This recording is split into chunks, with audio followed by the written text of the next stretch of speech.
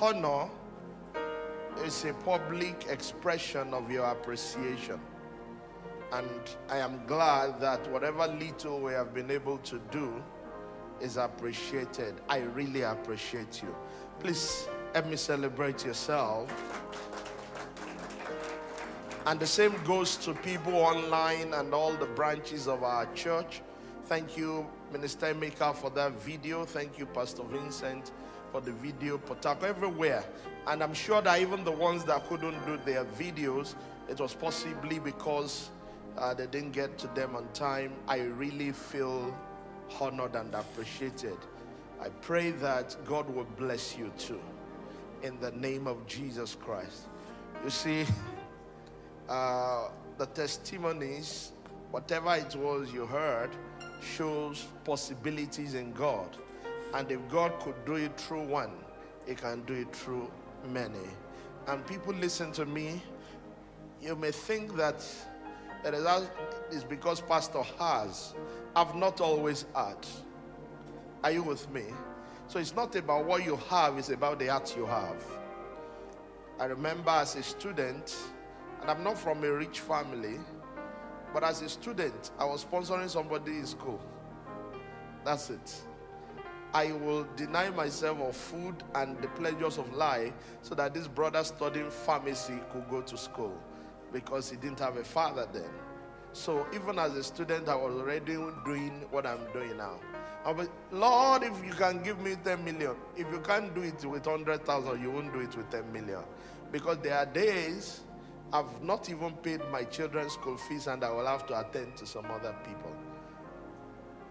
One day the Lord said to me, continue what you are doing, you are still in your phase of sowing. And I called my wife and said that to her. Because sincerely speaking, the kind of life that I live, not everybody could be my wife. Do you understand what I mean? So single brothers, just pray very well before you marry. It's difficult to be my wife because sometimes we don't have much, and yet I said the Lord said this. But my wife has come to trust me when I say the Lord says, because I'm not one of those that say the Lord says every time. But when we say He has spoken, He has spoken. And one day I tapped there and said, the Lord just spoke to me that we are in our season of harvest. And now, very clearly to all, we're in that season. I give glory to God because He has proven that He is true to His word. What He has said He's able to do. And He's not just able to do, He is going to do it. Hallelujah. This morning we woke up and then I saw that my wife had ironed the clothes she was wearing to church. And I was saying, yeah, what will I wear to church now? Then she said, okay, wear that other cloth now. And I said, oh, because you are wearing wine color. She said, oh, no, it's not because of that. You want to wear my color. But when we finished dressing up, you know the truth, we looked at ourselves and said, wow, the clothes each of us is wearing, we didn't buy it with our money. We were given. We were given. So not because I cannot afford it, but because we were given. I want to give glory to God for His faithfulness. People of God, whatever He has said to you, He's able to do it.